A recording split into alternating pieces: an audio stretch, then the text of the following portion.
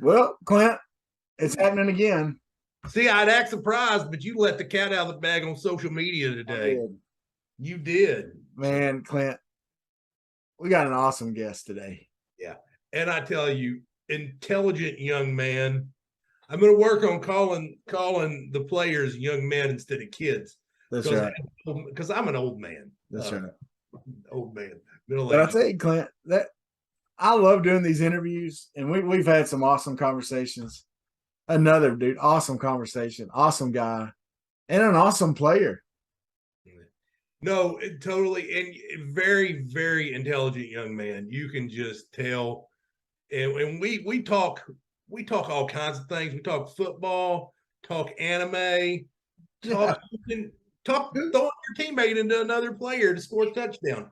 We talk all of it. Who would have thought we'd talk anime on this podcast? But we did. But when you have someone as cool as Jordan Domineck, by the way, that's our special guest. Jordan Domineck, number 14, defensive end, grad transfer from Georgia Tech, second leading sacker on the Razorback team right now with 4.5 sacks. He corrects me. I said 4. It's 4.5. 4.5. Guys, it wouldn't be possible without our sponsors. Thank you, Mr. Mike Floyd. Yes, thank sir. you, Hometown Roofing. Thank you so much. That's right. Hey, we love y'all. Enjoy this. Like and share. Share it, folks. Get on social media. Share it. Comment and say how cool it is to hear from Jordan, how cool it is to get to know him. He's a grad transfer. He's new. Get to know this young man. Listen to his story. We got to hear about him growing up and his time at Georgia Tech and all that. Listen and root him on. Yeah. He's going to tell us where the mindset is on getting ready for Alabama. Clint, I'm fired up for the game. I'm fired up. And I tell you what, even after we quit recording the podcast, sit around, talk to us. It just great guy. He's the type of young man that you want to raise your son to be. He really is. And you definitely want that type of young man to represent the Razorbacks or whatever team you root for. Jordan Domineck, y'all. Enjoy. 1, 2,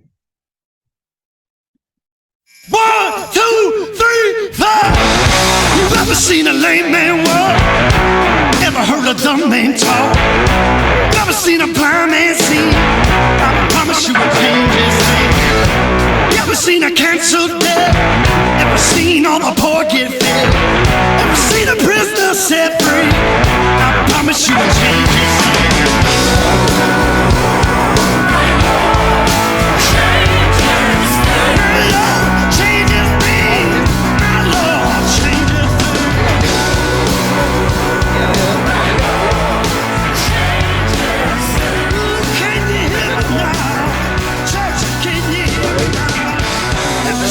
Hey, everybody! Hey, I am excited. I'm fired up.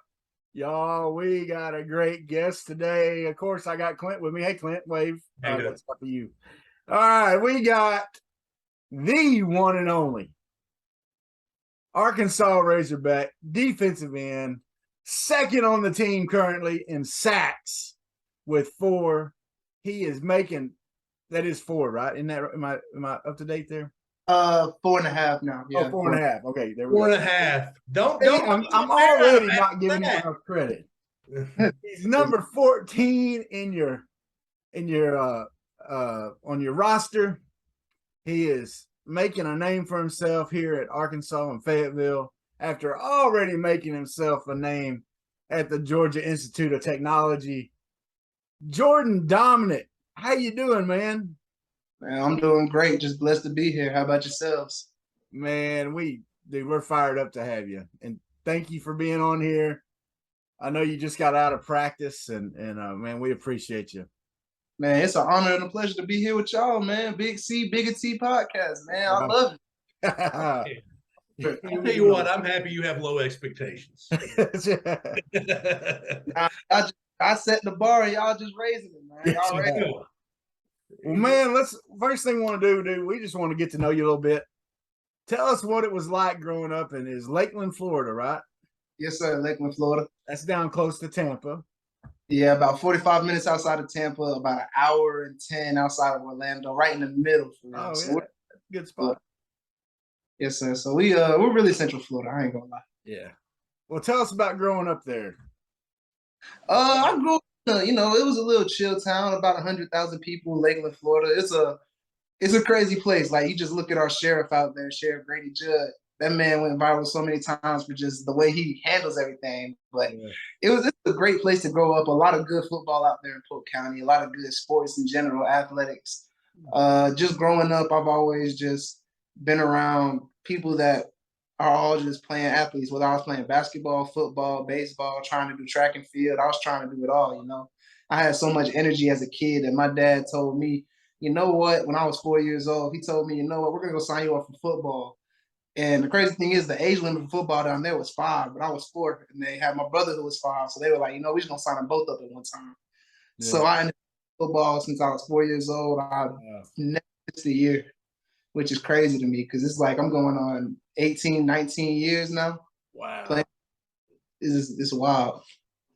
So was your dad an athlete? Was he a big football guy too? Yes. My dad played down in Fort Myers. He did Pop Warner. He did high school. Then he went out to an NAIA school out in Kansas.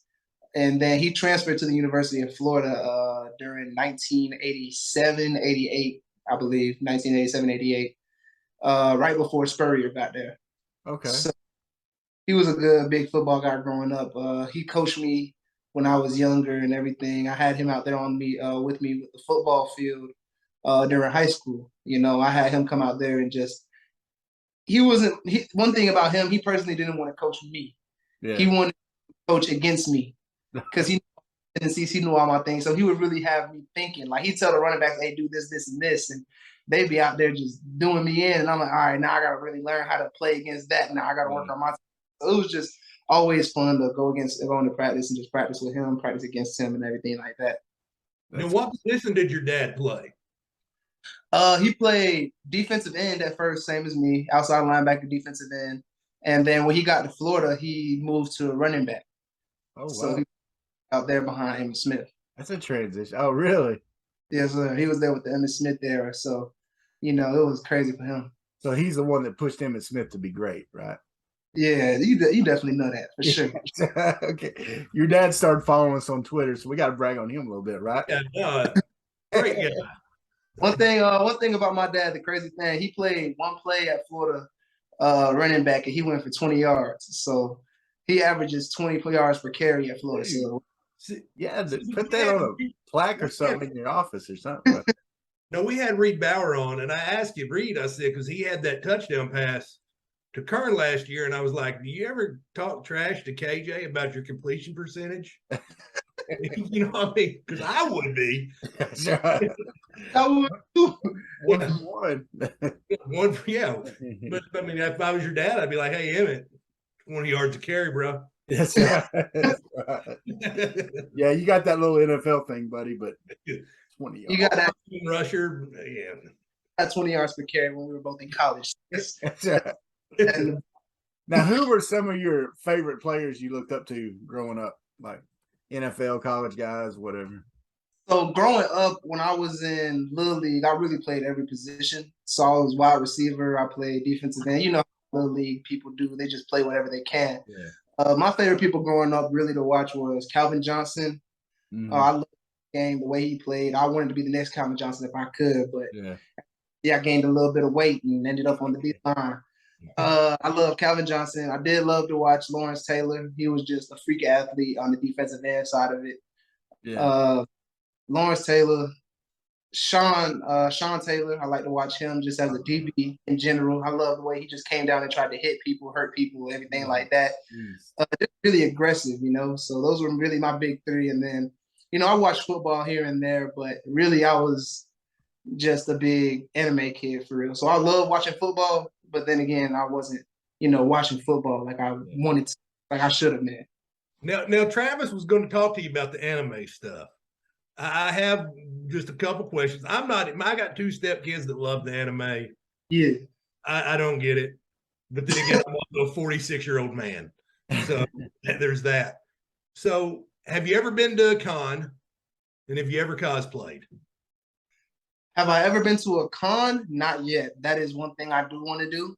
I've always go to a Comic Con, an Anime Con, Kamehameha Con, Kamehame Con. There are so many different cons.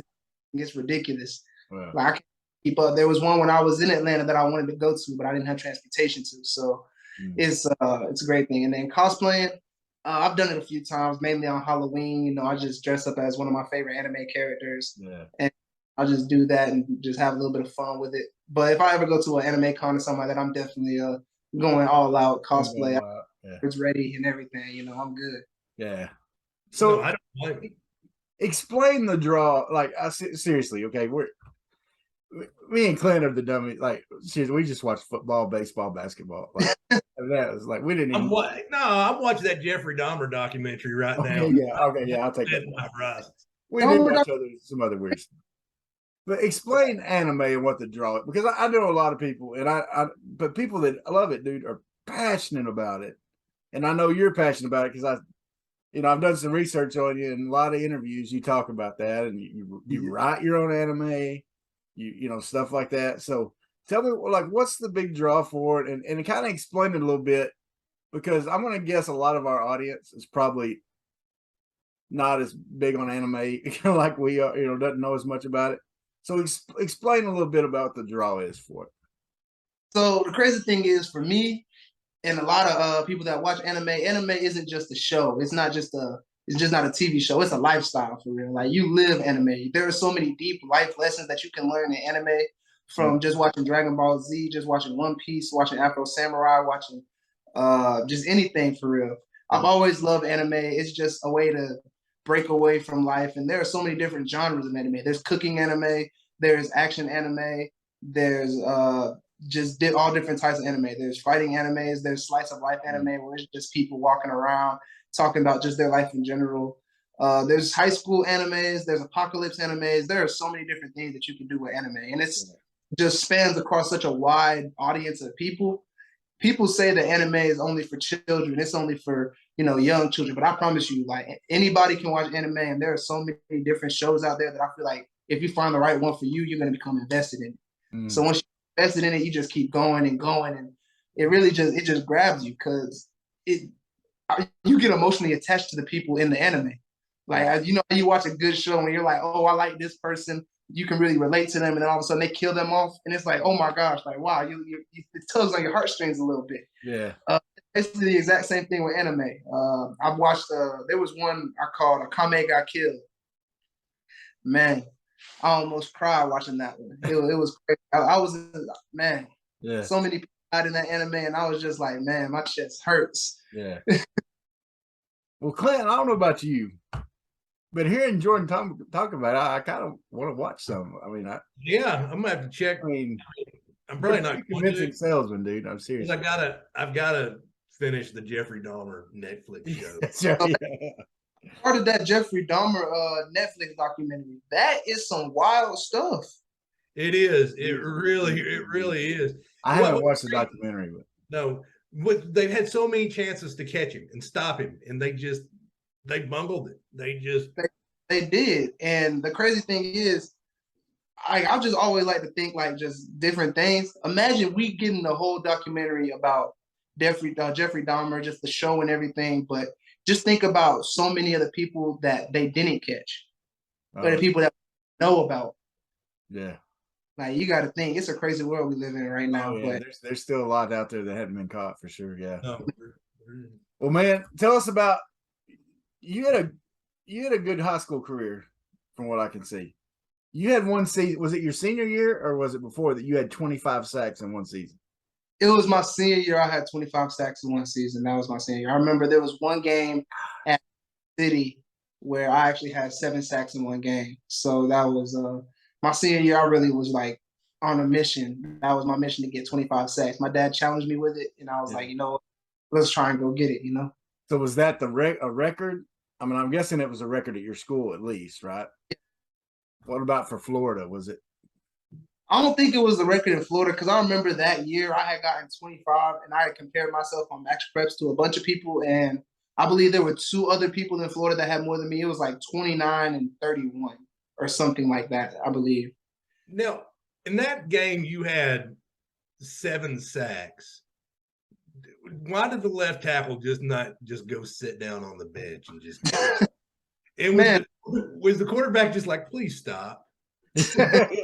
Please. Don't get me wrong. Don't get me wrong. That left tackle, he was good now. He was good. I'm pretty sure I watched him go to college for football as well. I believe Division I. I'm not sure though, if I'm remembering the right person. But definitely they were good. It was just I would just get opportunities. I'd run and literally just run. That's it. Yeah. We'd always Did get pressure. you just kind of see the flex right there? Like he's being humble, but he's like, I went beast mode on a dude that went D1 and had 7 sacks on him. Jordan, you're being humble, dude. I understand. But seriously, I mean, yeah, there's one thing to play against Greenbrier High School and get 7 sacks against me. Right. There's another thing to do it to a D1 athlete. No, but here's the thing though. I'm being humble. Like I honestly don't. I know you are. I know you are. But that kid was good, and it wasn't just the left tackle. I was lining up inside. I was lining up on the other side. It wasn't just that. Moving you around a little bit. Yeah. So it was. No, I understand. You're just the little time we talked to you. You're a humble guy. I mean, I'm not saying. I'm just saying that was a pretty cool flex there. But now tell me, okay, look, Clint and I, like they wouldn't let us play any other sports. They're like, yeah, y'all are going to the football field, running the man track. And then, Jordan, trust me, I wore this joke out, but I'm going to tell you anyway. I was the slowest guy on Arkansas Tech's football team for 4 years in a row. Like, I mean, all kidding aside. And if I was racing a pregnant woman, I'd come in 3rd place. I really would. But here's the deal. So we played offensive line, okay? And I got a question for you. Do you ever feel bad when you just whoop a tackle or a lineman and just blow by him and get a sack? Do you feel bad, or do you just kind of like, yeah, I got you? You can't feel bad out in this game. Yeah, okay. About it. There are so many times where offensive lines just win because it's a 5-man line, 4-man, or a 3-man rush. Like once you get that little win on that tackle and you get the sack, you got to feel good about yourself. Like blocking you all these times, you might get a slide protection and they come with 3-on-2 or 3-on-1. Yeah. And get past that, it's like, yeah, I beat you. Yeah. I mean, go do it again, So it's like you can't feel bad about doing your job, You can't. Yeah. Oh, I mean, it's it's got to be one of the best feelings in football. I mean, that's why there's famous touchdown dances and there's famous sack dances, right? No. I mean, that's the big celebrations. Who was the old cowboy that would pull out the guns or whatever? Man, I know. So, yeah. I saw Lawrence Taylor do that one time when he came up, tackled the dude, turned around and just shot him with the thing and turned around and walked. Like, okay, that's cool. I like that. Well, I was going back to the Lawrence Taylor thing. I was going to ask you that. You're a young dude. Okay, you didn't probably get to see Lawrence Taylor live, right? I mean, like when he was playing. And Lawrence Taylor's my favorite football player of all time. Okay. So did your dad tell you about Lawrence Taylor? What guy that got you? Are you just watching highlights or something to study it, or a coach tell you about him, or what? So I remember back when I was first starting high school, I remember I used to like go online before any Little League game, I would go online and just watch hype videos. And if everybody knows, if you're a football player, you know that one hype video where the song is "Here Comes the Boom." And all you see is just a whole bunch of just hits after hits. And that's where I really saw a video of Lawrence Taylor. Yes. Or like I was just down the rabbit hole of football. Yeah. And then one day, my dad, right before my freshman year, my dad told me, hey, if you want to go look up somebody that was great, go look up Lawrence Taylor. Go watch his highlights. He sent me a video. Yeah. And I watched that video before every game, just his highlights. Before every game, I would watch Lawrence Taylor highlights on the bus, in the locker room, just seeing how he plays and just being like, I want to dominate like him. I want to play like him. So just watching Lawrence Taylor play and just the beast mode that he was, the crazy, like, he was just insane. So, you know, I just wanted to try and be like him. And once my dad put me on, I still watch Lawrence Taylor's video like before every game this year. Like it's crazy. That's playing your position, man. That makes total sense. And good on your dad for putting you on him, because that was yeah. That's, as far as I'm concerned, the best to ever do it. You know. Now, out of high school, you went to Georgia Tech. What went into the going to Georgia Tech for you? So the crazy thing about my transition to Georgia Tech, I was getting to talk to them heavily before that defensive coordinator Nate Woody got in there, but they stopped talking to me for a while. So I committed to the University of South Florida. I was committed to them for about a year or so. I was planning on signing with them on the first signing day, but I ended up not doing that. And so I ended up not signing with them on the first signing day. And the crazy thing was, I came outside one time during PE for my high school, and my coach told me, "Hey, there's a recruit here from Georgia Institute of Technology here to see you." You know, I was like, okay. So I went and talked to him. It was Coach Speed, who was the recruiting, who in my area was for him to recruit. So he started talking to me about, oh, we like you, everything like that. And I ended up talking to Coach Nate Woody on the phone, who was the defensive coordinator from Appalachian State the year before. And he already knew me because Appalachian State was in my top 3 before I committed to USF. So I ended up already knowing Coach Nate Woody and all that. And the Friday, so the signing day was on a Wednesday period, the second signing day. Yeah. So the Thursday before that, I ended up going to play. I had a basketball game. And Coach Speed was actually out at my basketball game when I was out there. And the very next day, I'm on a secret official visit to Atlanta. Hold on, I'm sorry. No problem. I'm on a secret official visit up to Atlanta for Georgia Tech just to, see what they're about. I honestly went in there thinking, okay, I'm not going to go here. I'm committed to USF. I have so many connections there at USF. The strength coach played with my dad in Florida. I knew Coach Charlie Strong. He knew my dad. I had a bunch of just people that I already knew. My mother knew a bunch of people in the medical program over there and everything. So it was just crazy. I really thought I was going to go there, but then they ended up changing my mind. I saw the academic standing of it. I saw the football standing of it. ACC, we're playing Clemson, North Carolina, everybody every year. So it was like, man. So I ended up decommitting from USF and committing to Georgia Tech that Sunday. And I called the coach on Monday to let him know and signed with Georgia Tech on Wednesday. Nobody really knew that I was going to do that until the very end. So I ended up signing with Georgia Tech. I had a big party. Like, I sat my signing day in the middle of a basketball game because I was playing basketball in high school. So that was crazy. That's cool. So who was the head coach when you committed to Georgia Tech? Coach Paul Johnson. They were still running that option. Flex bone stuff, yeah. Well, cool. So what was it like, in college? Well, practice then, because then were you practicing against the triple option all the time. What were those practices like compared to, games? It's got to be a weird transition because you mostly practice against your own offense and defense and scrimmages and stuff. And here you're having to defend the triple option.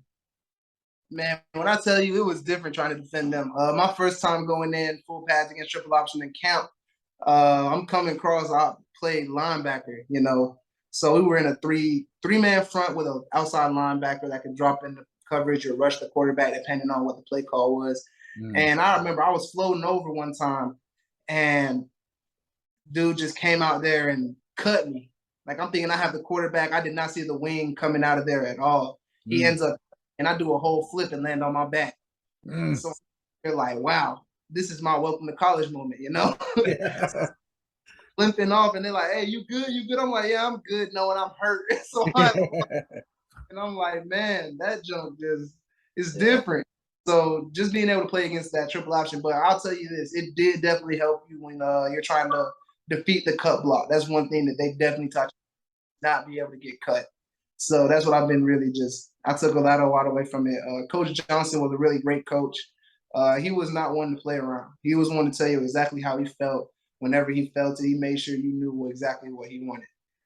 And it's just like the genius that man had of the game. I would see Coach Johnson walking up and down the sideline, no play call sheet, just looking at their defense, and then just look at to Quan, who was our quarterback at the time, and tell him, you know what, go.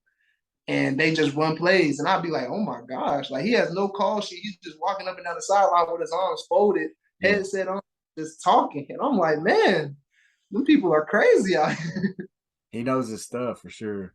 Definitely did. Now, when you were there, this is going to be kind of a weird question to you, maybe. We'll see. Was the chaplain named Derek Moore there? Oh my gosh. Demo speaks.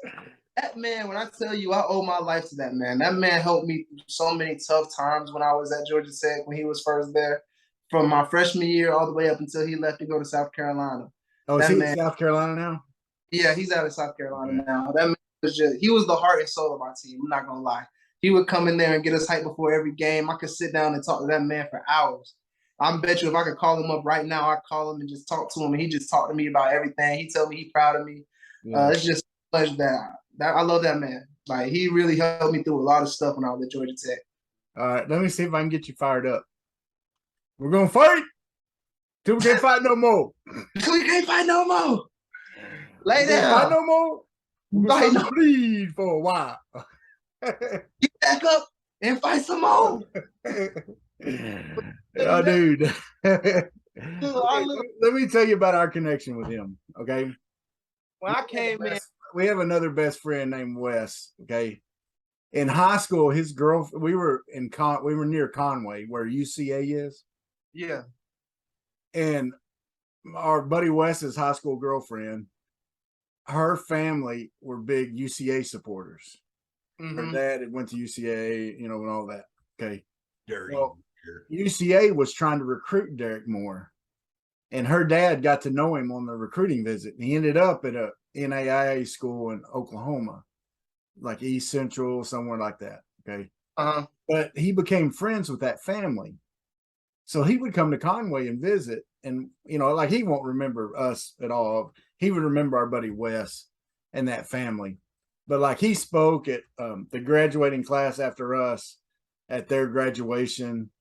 And then, of course, when you're in high school, you meet a guy like that, and then he gets drafted and goes to the NFL. He's Barry Sanders' backup. And then when Barry Sanders is hurt, has like a 100-yard game.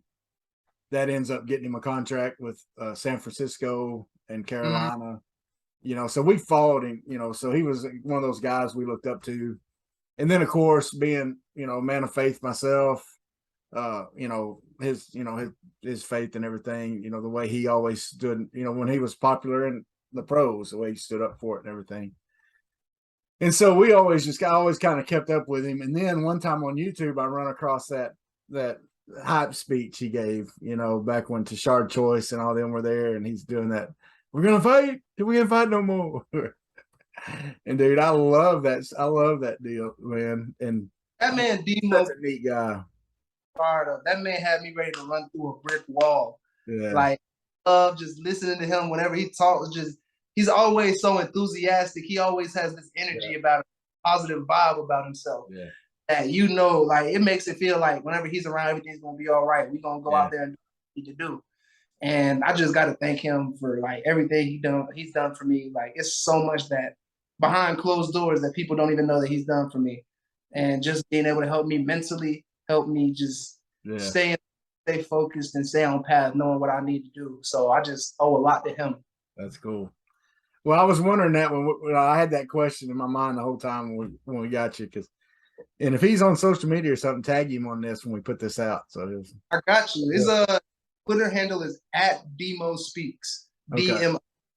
So definitely tag him. I might call him after we get off this right now, because I haven't talked in a while, and I do want to catch up with him. I know he's gonna be happy for me to call him. I'll be happy to hear his voice. Yeah, no, that's just one of them. It's the small world things. Yeah, never supposed to be that connection. Well, and we got so mad because we wanted him to speak at our graduation.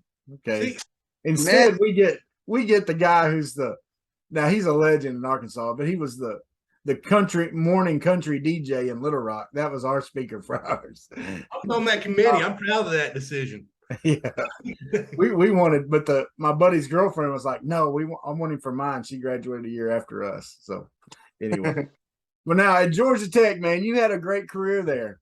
Okay, you led the team 1 year with 4 sacks. And now, did you graduate?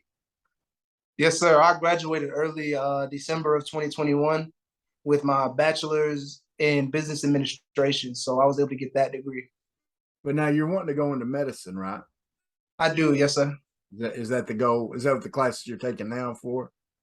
So right now, I've realized that the classes that I want to take to get me into the PT program about everything, I'm not going to be able to, if I were to stay for a full 2 years at Arkansas, that's what the plan is. I want to be able to get my other degree in the PT therapy school and everything like that.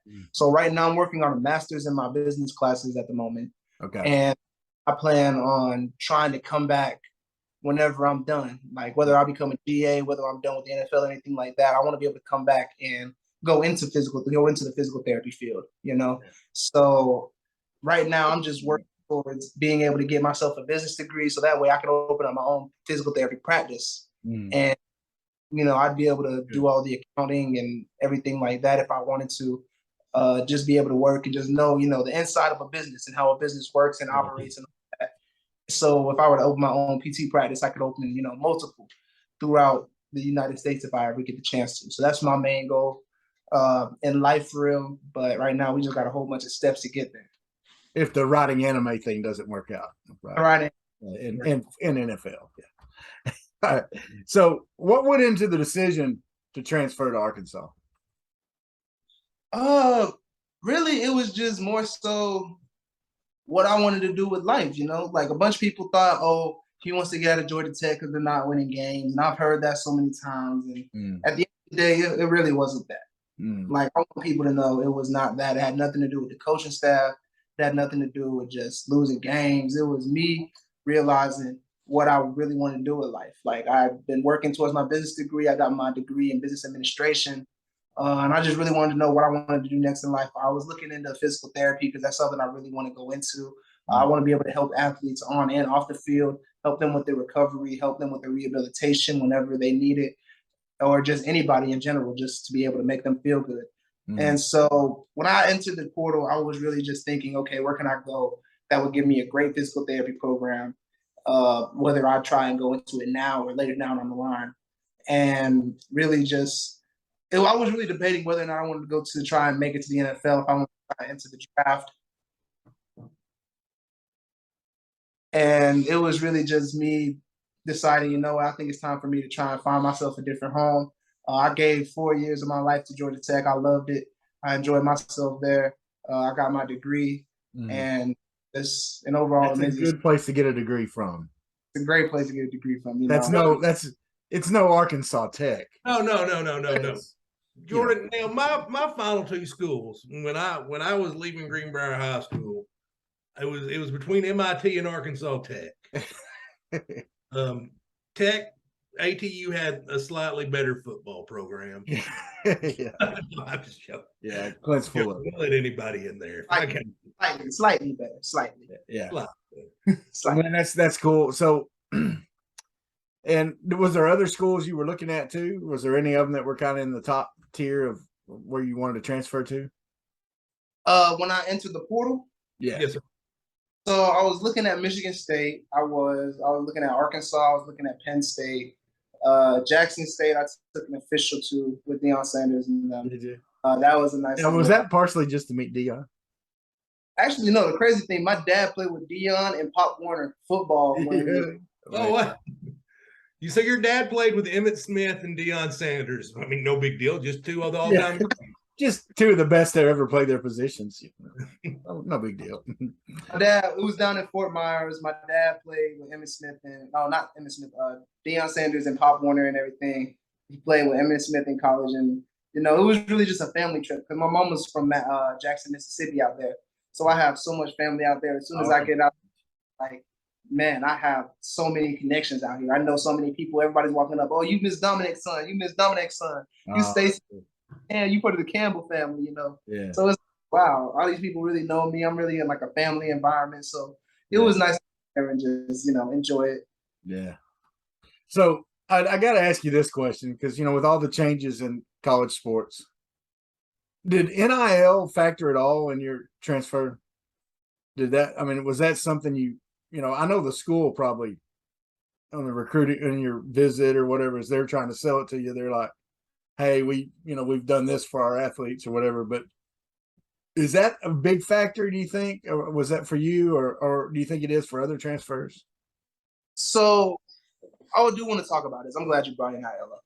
NIL wasn't really a big factor for me. Mm-hmm. I didn't really look at NIL as, you about to go do this, that, and the third. Mm-hmm. NIL really wasn't a factor for me. Like, money comes, it'd be great, but we all know we want to get to the NFL and try and make those big bucks. So if NIL comes, that just comes from, making plays, getting your social media following up, just being able to, go out there and play and, make a name for yourself, which hopefully I'm doing pretty well of. Mm-hmm. And the NIL thing, I can see a lot of athletes do follow the NIL trail. They do want to try and make quick money fast. They do want to try and go somewhere where they have a big NIL, just a whole NIL environment. But I love it. I love that athletes are now getting paid to play, getting paid for what they need. A lot of athletes didn't get that. Like, you got to think, so many athletes would, like back in the 90s and even early 2000s, so many athletes would finish a football game, bring in millions of dollars of revenue, but then they're going home trying to figure out, what am I going to eat tonight? Yeah. So I'm just glad that athletes are able to finally get paid for their work, their performance. Like, yeah, people say, oh, you guys get a scholarship, you get your school paid for. Well, that's all fine and good. But then again, how are we going to get food? How are you going to be able to provide for yourself? How are you going to be able to do all the things you want to do if you're not getting paid? Well, there's no room in your schedule to go out and get a job like it is for other students. Exactly. So, like, a lot of people don't understand that. Like, we have classes, man. When we're classes, we end up going. Once we're done with classes, we end up going to practice. We have meetings for 3 hours. We have practice for 2.5 hours. We got more meetings possibly afterwards. You got to wake up. You got workouts during the day. There's so much that athletes do that people don't realize how time-consuming sports really is for athletes. And that's if you don't have any injuries to get treated. So man, they go for treatment for that. Let's not even get started on the injuries, man. Yeah. So that's even crazier, because you still have to go to all the practices, you still have to go to all the meetings, but now you have workouts to work through your injury. You have to go to the treatment room. Like, you spending almost 10, 12 hours out at up at the training facility. So it's like, man. So I'm really just happy that NIL is now in place for athletes. I'm getting something from NIL. I'm getting a little something, but I know people that are getting major contracts and people that aren't really getting anything. Mm-hmm. But at the end of the day, if you want to get NIL, you got to go out there. You got to make plays. You got to make a name for yourself. You got to build your brand. You got to build who you are, what your character is, what you represent. Yeah. And get that, people are going to start flocking to you that have the same ideals and same. They want that for their company. They want that image. They want that brand for their company. Yeah. Yeah, I think, there's a lot of people complain about it or whatever, but, there's those guys like, the dude that I guess that went to Ohio State last year and then transferred to Texas or whatever. Yeah. Nothing in Ohio State, but got all this NIL money. There's those guys, right, that really haven't earned it on the field. But for the majority, the more you show on the field, the more you get paid. I mean, it's just like if the more Clint shows with work at his job, the better he's going to get paid, right? Exactly. And so it really is. You got to think of it as a job. You got to think of it as an opportunity. Man, we're coming here, we're putting our bodies through the ringer, we're trying to do this, that. You go out there and make a big play. That's your job. That's what you're supposed to do. And now that you're doing your job and you're doing your job proficiently, what do you do? What happens in the workplace when you're doing your job really well? You get a promotion. Yeah. Well, now you're getting bonuses. You're getting promotions outside of football. You're getting interview times. I'm glad I'm able to get on this podcast with you guys. You're getting just money. You're getting opportunities. You're getting clothes. You're getting everything. So it's just something to enjoy and something that you can strive for. But I just want athletes to understand, don't get so focused on the NIL aspect of it that you forget what the bigger goal and the bigger picture is. Yeah. No, it makes a lot of sense. Now, no, this is your first season at Arkansas. Which tackle on our team gives you the most fits in practice? Which tackle? Yeah. Or just what offensive lineman? Offensive lineman, just which one gives you the most fits? Which one you're like, I don't want to go this today. The one I would say would probably be Devin. Devin, he's coming off an injury, and he's big. He's got good size. He can block. He can move pretty well for a big guy. Like he does pretty well. He hasn't really played too much this year, but on that scout team, he gives us like trouble. He gives us problems, and I just love playing against them. And then as well as Brady, Dalton Wagner is a great offensive tackle. Dalton Wagner is just his ability just to be able to read the line, just understand what his calls are, and just the way he plays his game is insane to me. Like I love just watching him play. I love going against him in practice every day, whether it's run or pass. I just love being able to get a one-on-one matchup with really anybody on the offensive line, from Terry Wells, Dalton Wagner, Street, everybody. I just enjoy going up against them every day because it's iron sharpening iron. Everybody's good, and we're just looking to improve and just get better and better and better. Yeah. Now, at Georgia Tech, you had to come in as a freshman, and there's that transition of getting into the team and becoming a part of the team and becoming one of the boys and all that kind of stuff. And now you've done that transition a second time as you transferred into Arkansas. Was it easier transferring into Arkansas to kind of bond in with the team, or was it harder, do you think? So I'll give you this. Coming into Georgia Tech, it was easier with the workouts, but it was harder to bond with the team. Gotcha. As a freshman. Coming into Arkansas, it was pretty easy to bond with the team. These workouts are killer. These things are crazy. You can ask anybody in the facility. My first day coming out to Arkansas workout, I'm over there dying, gasping. I'm not used to anything that these people are doing. And that just gives you the credibility of the weight room coaches and Coach Jamil Walker and everything like that. Like they know what they're doing, and they're definitely here to put that work in. They want you to work. They're going to push you to what you thought was your limit and push you beyond your limit. Yeah. So really enjoy coming out here and working out. When I first got here in the summer, I was looking totally different. I ain't gonna lie, I was sloppy. I'm not gonna say I was sloppy, but it wasn't what I wanted to be with my body. And just being able just to work just for the summer, I didn't even get the spring with them. Just for the summer, I saw so many major improvements to my game. I was getting a little bit bigger. I was getting a little bit stronger. My muscles were becoming more defined. Yeah. I was able to run. I feel like I'm running faster now. I feel like I'm, I'm more athletic than I was when I was at Georgia Tech. I feel like I've really developed myself in my game, and I'm just going to continue to develop under Coach Walker, Coach Hightower, Coach Q, and just everybody there. Well, this is the part of the podcast where we talk about Clint's man crush on Coach Walker. Don't tell him about it. The podcast. It's like I gave him. We do a player of the game every week. Yeah. And I gave it to Coach Walker a couple times. In our player of the game, we don't do the obvious ones, like the ones that the TV stations have already done. We do kind of more of a deep dive, like guys that we see doing things that may not be filling the stat sheet, but they're doing things or something. Like I gave mine to Mama Sanders. Mama Sanders. Yeah, for having those twin boys, Rocket and Drew Sanders. Right. No, but you can tell Coach Walker's just an intense individual. Man. And when we had Reed on too, he talked about Coach Walker, even as a punter, he said that because I don't get out of it. He talked about him just like you did, his intense, and the workouts are just amazing. Man, that man, Coach Walker, is intense. He's definitely one that's going to talk you up. He's going to build you up. He's a no nonsense, no BS kind of guy. He's going to tell you exactly what he's thinking. He's going to tell you exactly what he wants, and he's going to strive for perfection every time. He's definitely going to talk to you. He's going to make sure I care about you. But right now, I don't care about your legs. Get on that prowler and pull it. He's going to make you do all this. He's going to make sure that he cares. He's going to make sure that you are developing the way he needs you to develop. I bet he's just going to kick you out the workout if you're not working like you should be. And that's just a testament to him. Like, he wants you to understand, look, if you're not here to give 100% and really buy into this program, then we don't need you. You know, and he's gonna make sure you know, like, you better buy in. Like, and everybody's bought in so far. So I'm just enjoying it. I'm enjoying my time, and it's crazy because the workouts they do really work, and I've just been able to develop. You know. Yeah. You know, Clint, hearing him describe that, that's the difference we see in this Razorback team compared to years past.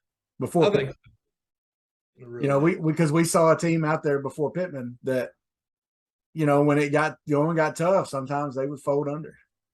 You know, and with y'all, under Pittman, we've seen a Razorback team. That's why the fans are so nuts right now, because we see a team that y'all don't quit. You know, when you're down to Missouri State, you don't quit. You know, you have a bad game like you did, you know, a game that didn't bounce your way like you did last weekend. We never saw any quit in that game.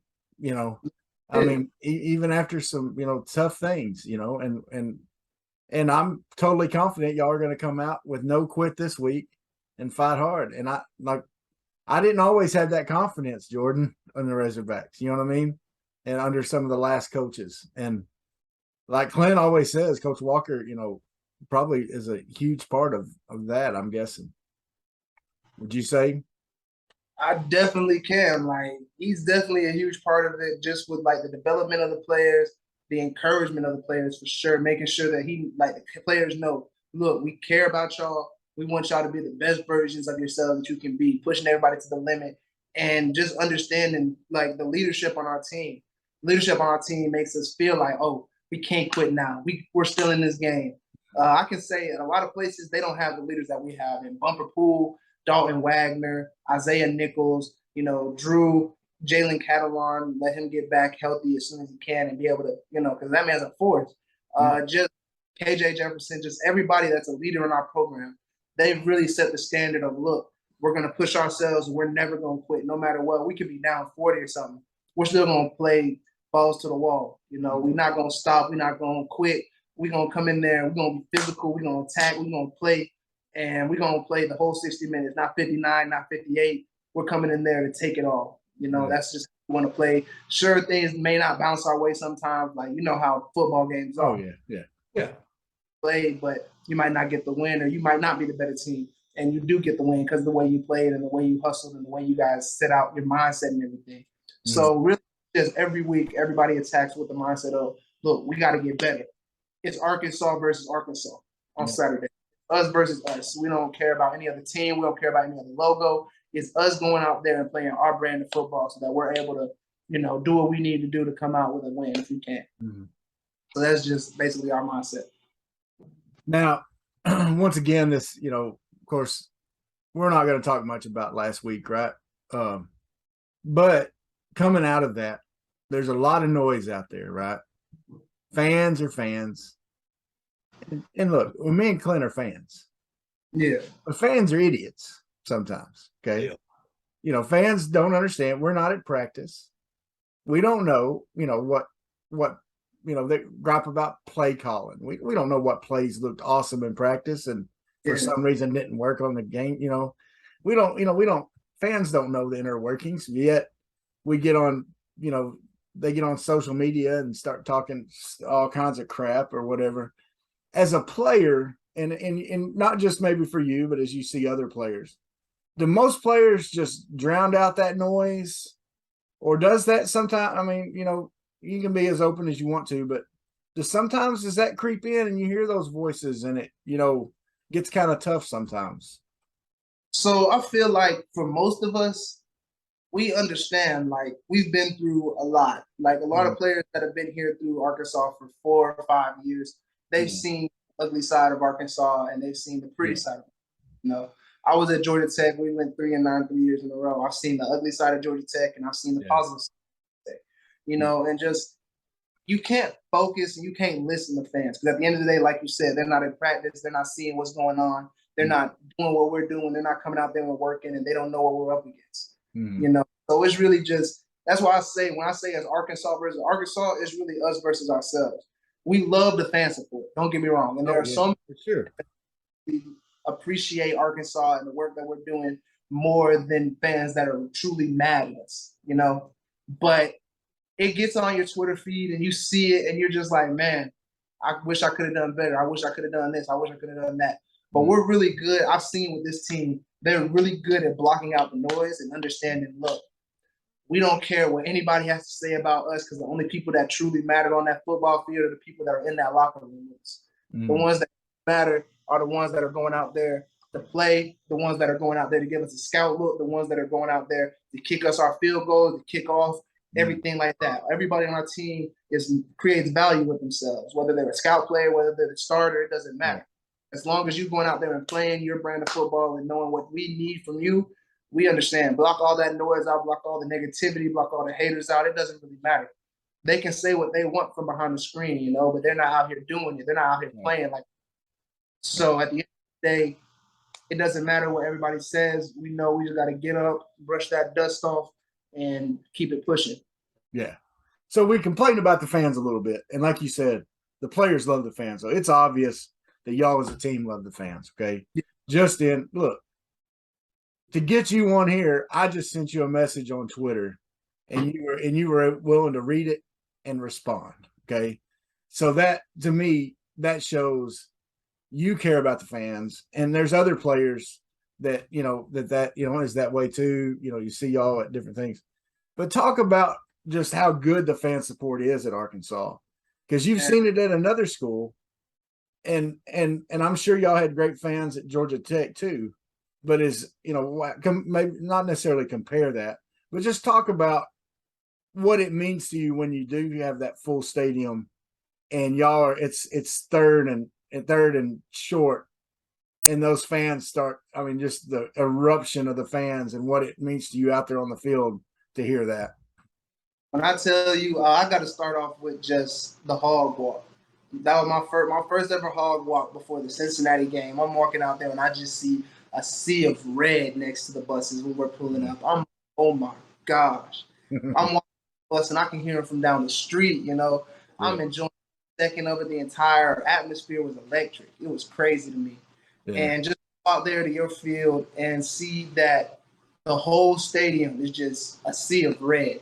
And cheering, they're there for you guys. They're there for you. It just makes you want to play harder. It makes you want to play more physical.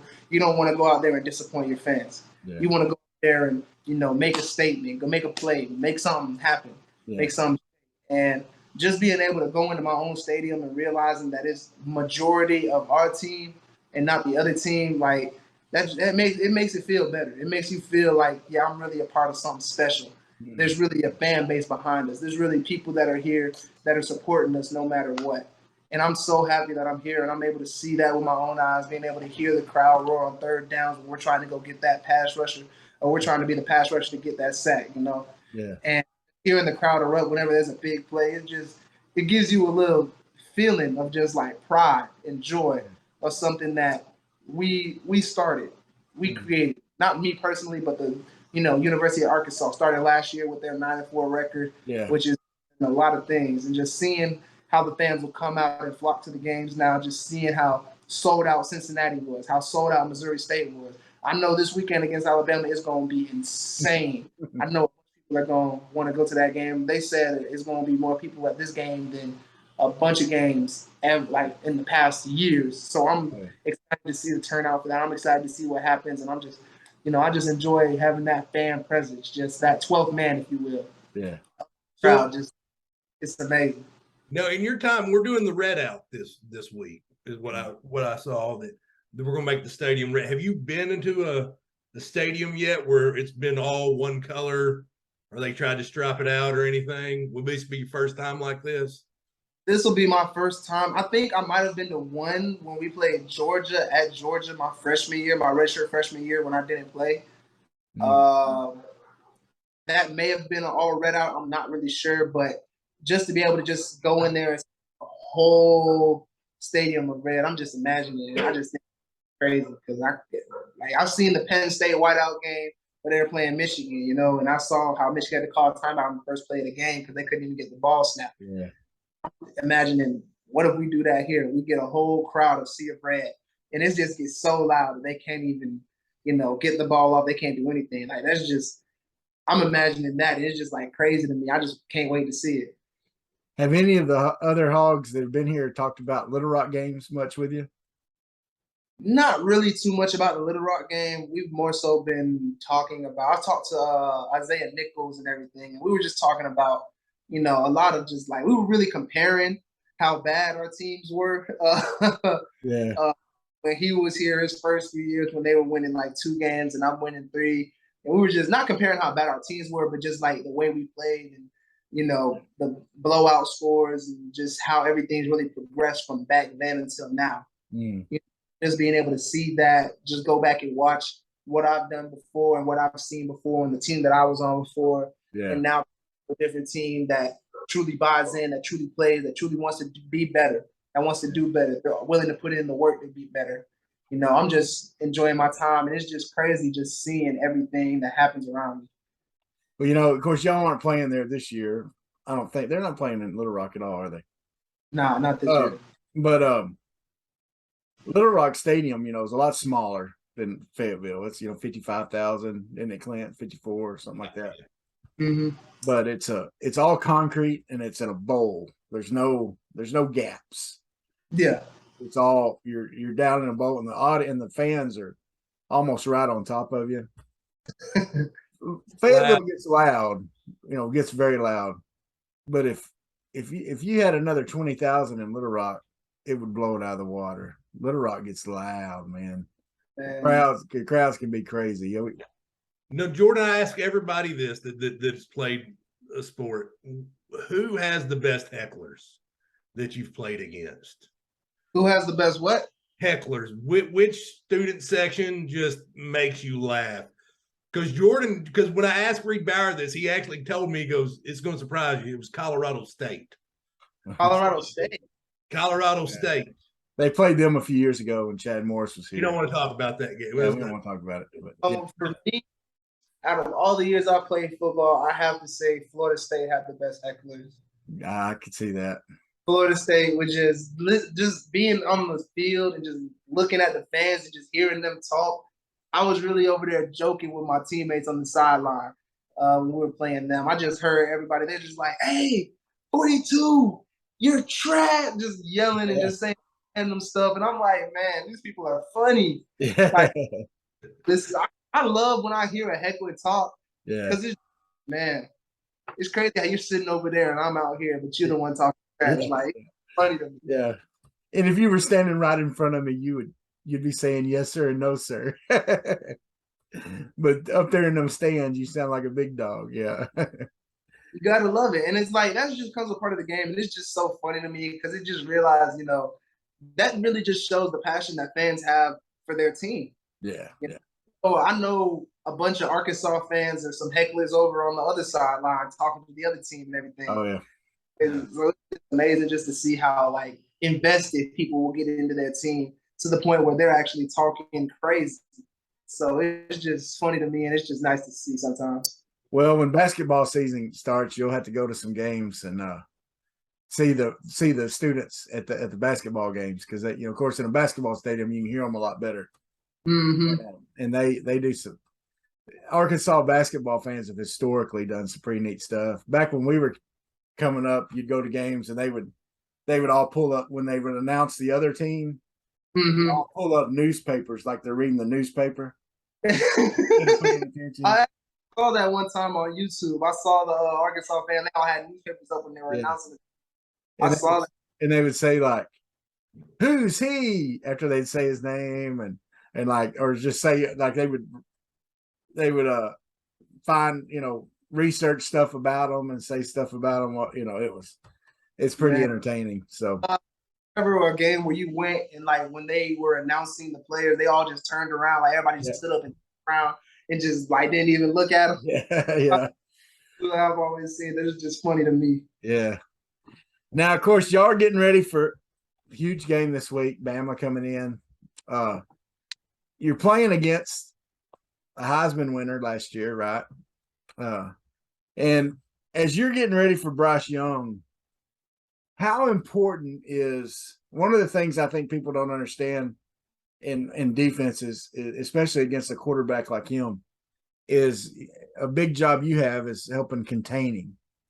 So how important is containment? That cat's not going to take no for an answer. You might as well bet him. Yeah. She's over here just chilling. Yeah, she wants to be a star of the show. You feel me? No, But so how it's- important is containment as y'all are getting ready to play a guy like him? That's just containing the quarterback is huge, not just in this game, but in every game for real. There were some plays that we let the quarterback out and contain against Texas A&M, and they gashed us, you know.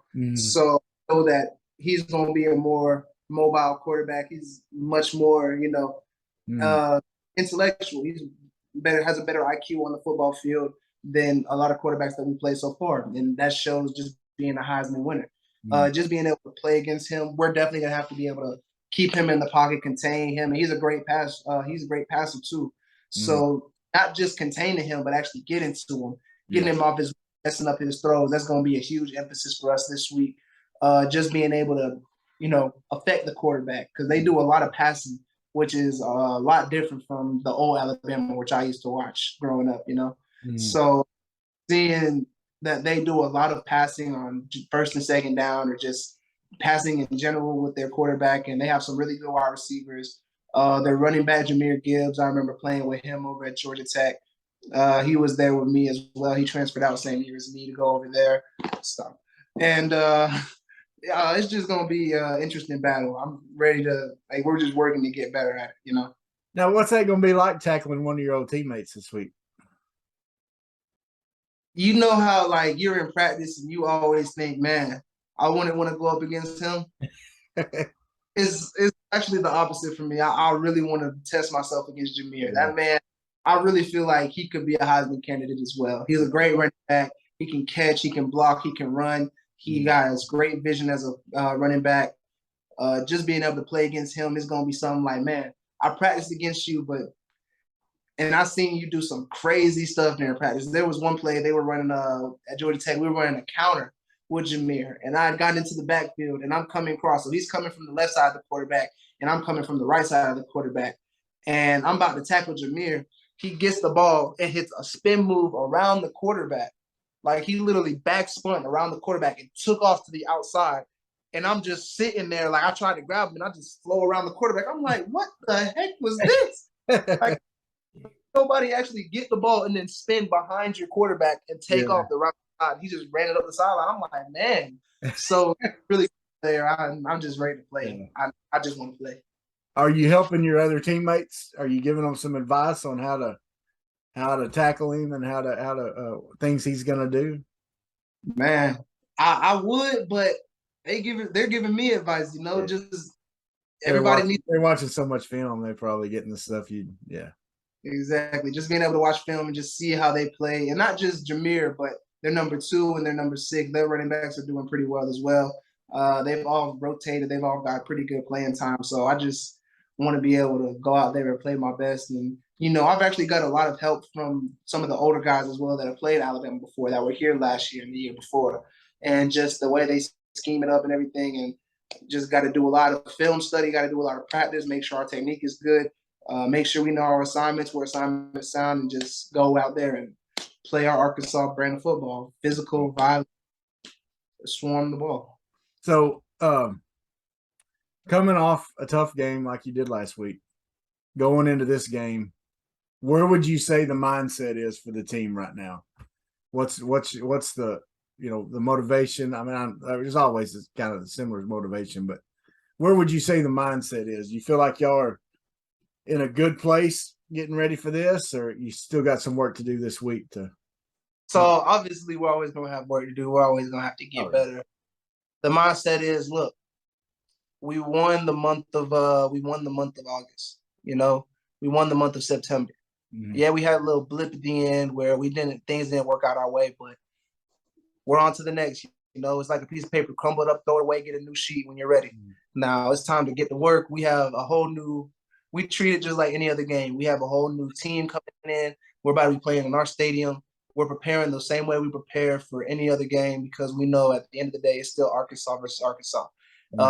We have a great chance, you know. We have a great team. We have great leaders. We have just amazing. I feel like we have an amazing team overall. And the mindset going into this week, everybody knows, look, we're going to go out there and play our brand of football. We had some mistakes last week that we should need to clean up.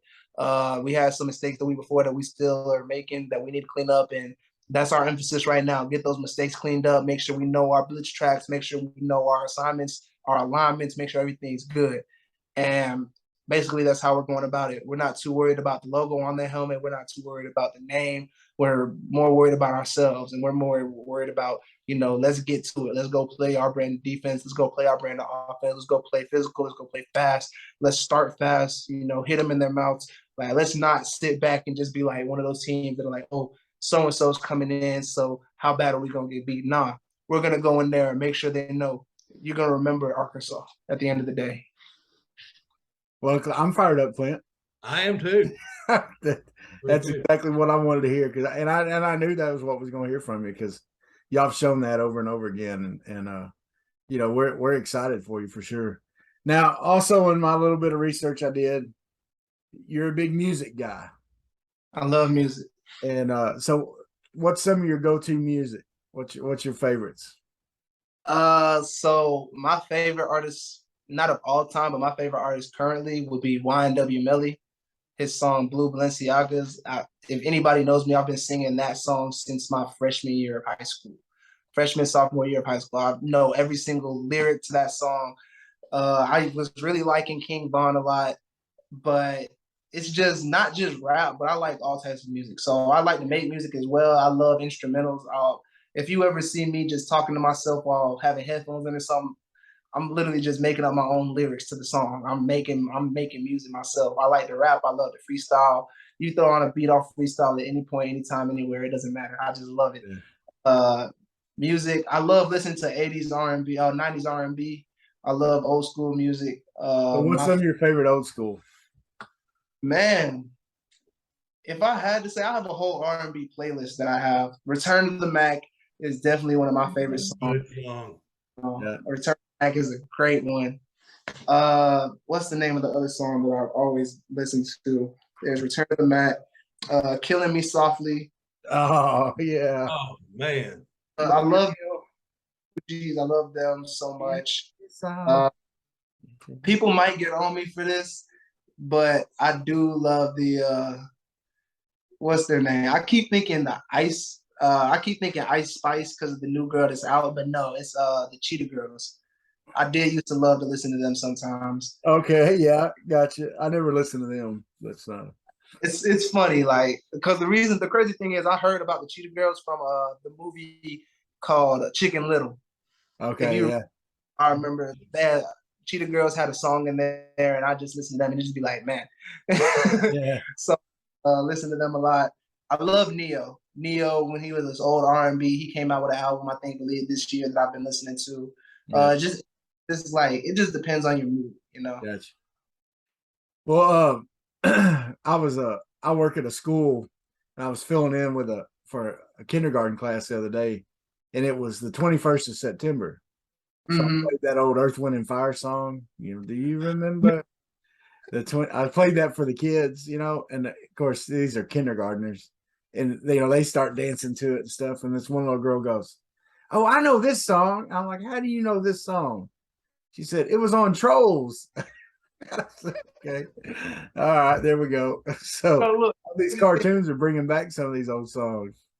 The crazy thing, in our training room, when it was the 21st of September, they had that song on repeat.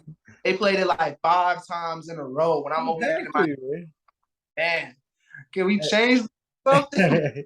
And I don't know how it is. I don't know how it was in Florida, but I know when we were in high school, and even I was a youth pastor for a long time before I became a pastor, and so I'm at high school football games all the time, and probably half the bands in Arkansas play that as part of their halftime show. I've heard the Razorback band do it. Earth, Wind, and Fire. Yeah. That's crazy. I've heard it yet, but that just might be me not being locked into what the band is doing. You've been in the locker room most of the time. Getting directions and adjustments for the rest of the game, probably. But well, man, so you still making music? You still do that some, or football's kind of got you busy for doing that? So football in school has got me busy, but I do have a lot of music that I listen to. I have instrumentals that I want to write music to, music that I've written to that I just don't have a producer to go to and just record.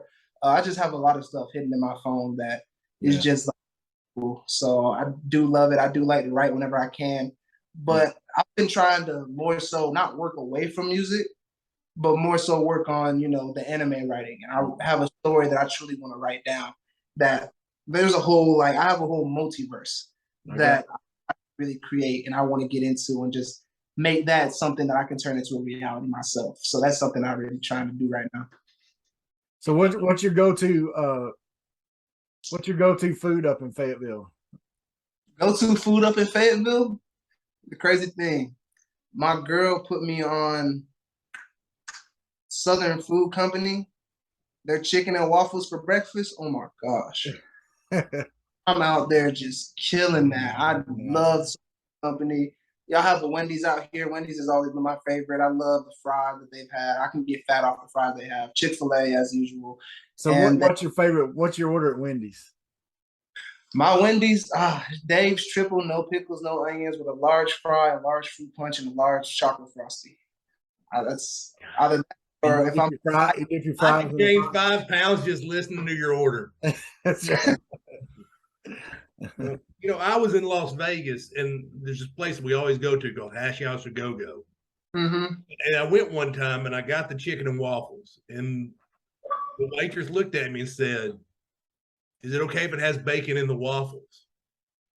And I'm like, that's the dumbest question anyone's ever asked me. Yeah, sure. It's okay if there's bacon. Of course it's okay if It's not okay if it's not in the waffle. Yeah. How about that? That's like asking, is it okay if I have love in my heart? Man.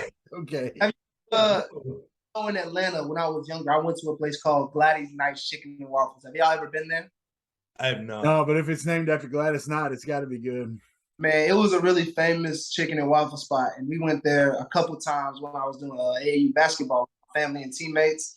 Man, I can still taste the chicken and waffles from Gladys Knight's on my tongue right now, just thinking about it. And I'm so mad that it got closed down, but I've ate at Roscoe's in Los Angeles before. I've had Roscoe's chicken and waffle. See, I've never been to Los Angeles, but I've heard some bad stuff about Roscoe's recently, so I don't know if I'll be going there anytime soon. I haven't heard anything, but I've already ate it, so it's done. That's right. Oh, you don't know about what's your go-to barbecue? You got any favorite? Our barbecue's a big thing in Arkansas. You like barbecue? So I do love barbecue. I've been to Slim Chickens is a little barbecue, not really barbecue, Is Torchy's barbecue, or is that like Tex-Mex for real? Torchy's? I'm not familiar with that. I like Sassy's when I go up there to Fayetteville. I like to eat at Sassy's Red House. I've eaten a little bit of Sassy's too. I like that. And then I can't even remember. I remember when I first moved in here, my family and I loaded up in the U-Haul. We went to a place right down the road from me right now. I can't remember the name of the barbecue place, but they had some barbecue chicken nachos that I got. Chicken and delicious. Amazing. It was insane. I loved it. So they've gotten you down to the Catfish Hole yet? They have a couple of times. Yeah, they took me there. I went there on my official visit once, and then I went down there again. I love their chicken. I love their steak. They have some really good food out at Catfish Hole. I like it. And it's really not too far from me, so I can really drive up there in like 5 to get myself a little to-go plate, and I'll be home eating my chicken and fries by the time, a game comes on or something. Yeah. I'm going to go to the Catfish Hole and not leave till I hate myself. Now, this is a question Clint normally asks, but I'm going to ask it, right? Do you have any game day traditions, any things you do each game day you got, or each to get ready for the game, certain music you got to listen to, TV shows you got to watch, whatever? So I'm a bit weird with it, So actually, I don't wear headphones for games. I don't listen to music before games. I always make sure I have the same exact dress. I always have a red arm sleeve on my right leg. I always make sure to have 2 muscle bands on my right arm, left arm sleeve on my left hand. I use the wrist rockets. before every game, whenever we get to the stadium, I always do a complete lap around the field. Just walk from end zone to end zone, just work in the corners and everything, just get a feel for the field and everything, just to take in the entire surroundings. Because that's how I really take it in before the game starts, before all the crowd gets in there and everything. I just like to look at the stadium, take a little lap around and just see everything that, the stadium has to offer. I did that when we played Texas A&M. I did it when we played Cincinnati. I make sure I watch the Lawrence Taylor video. Like I said, I watch that before every single game. And I always make sure I get stretched by one certain weightlifting coach before games, because he has the stretch that I want down. And then I make sure I go out by another certain weightlifting coach. So it's a few things that I've done that I've kept a tradition with. And I just like to, keep going with that.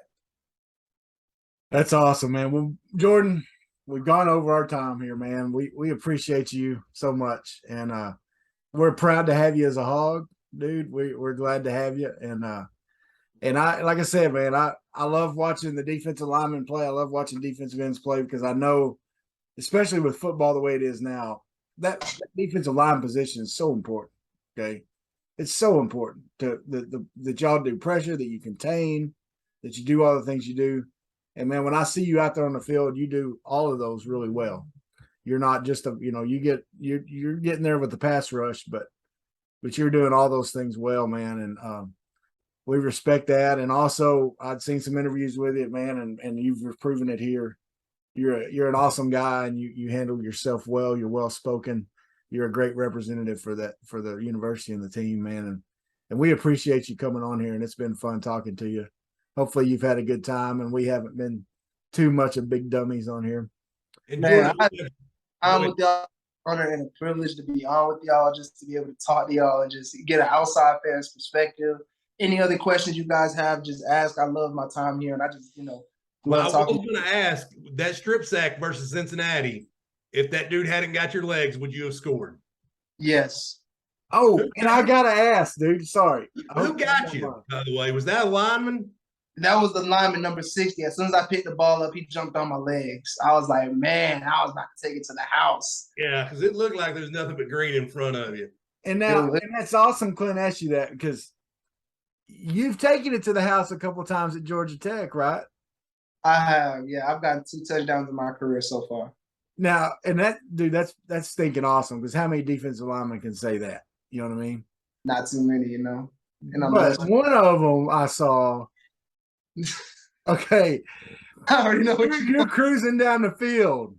Okay, you're cruising down the field, and here comes one of your partners, man. They're coming down. They're about to block for you, and here comes a defender, or now an offensive guy coming to try to tackle you. He's got a cutoff angle on you.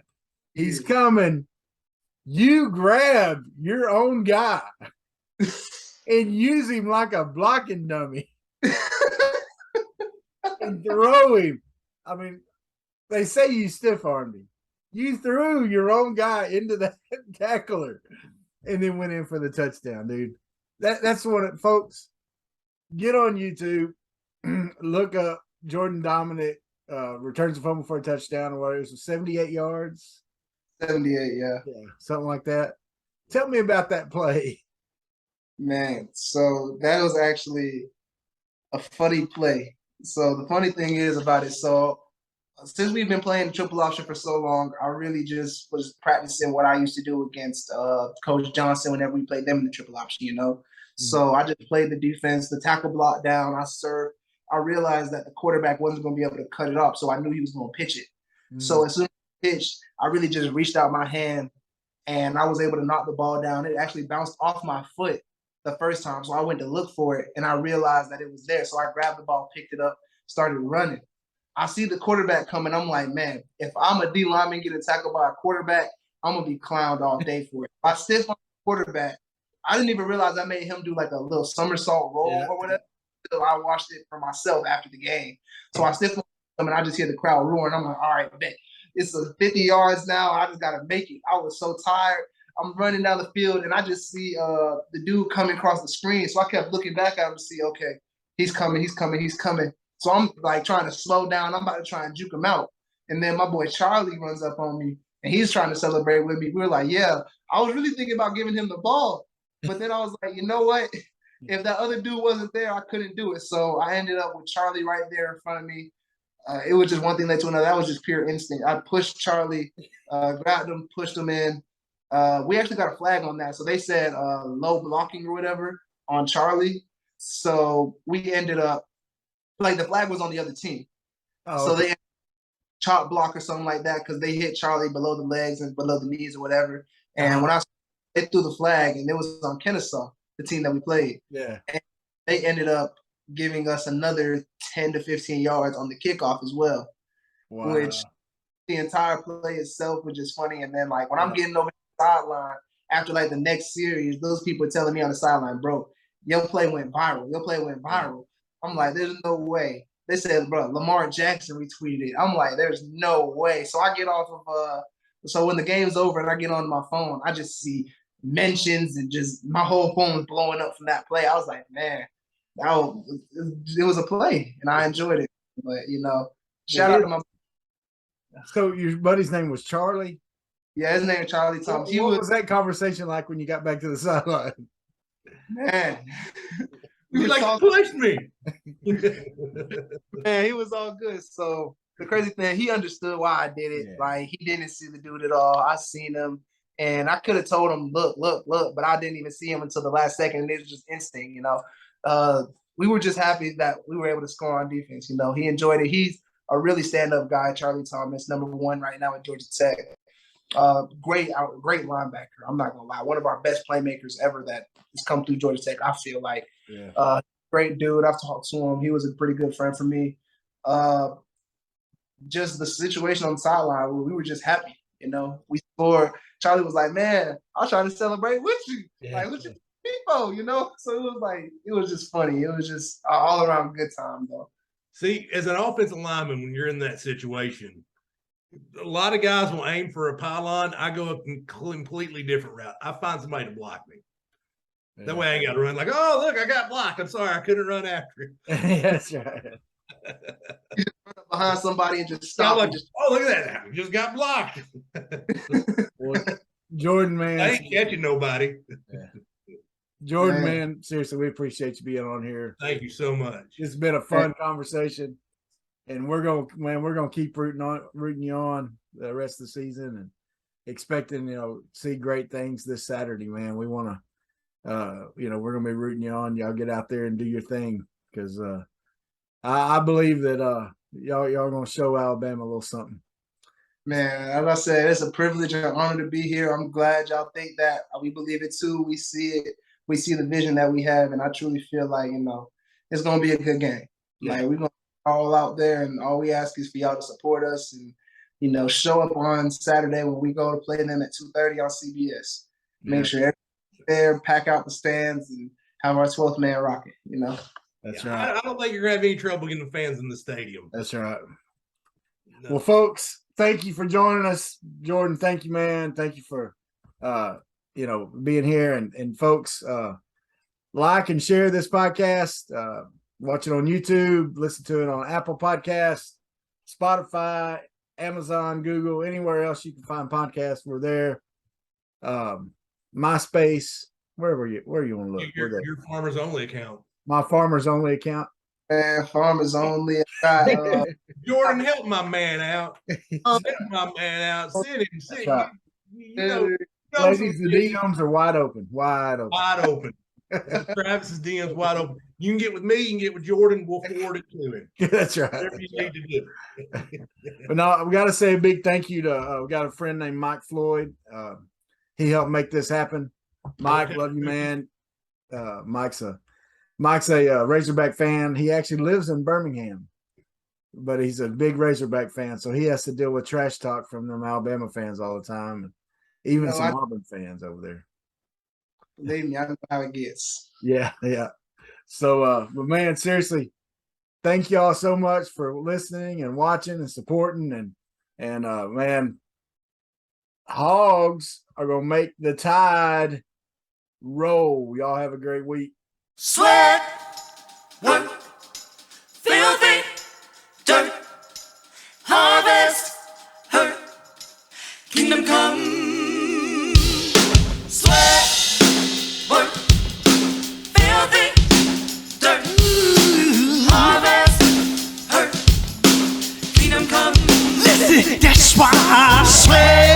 when I work, my hands get filthy down in this dirt. Won't see no heartache till I hurt. Crying your kingdom come. Listen, I wake up in the morning, I bow my head to pray. Mama told me if I don't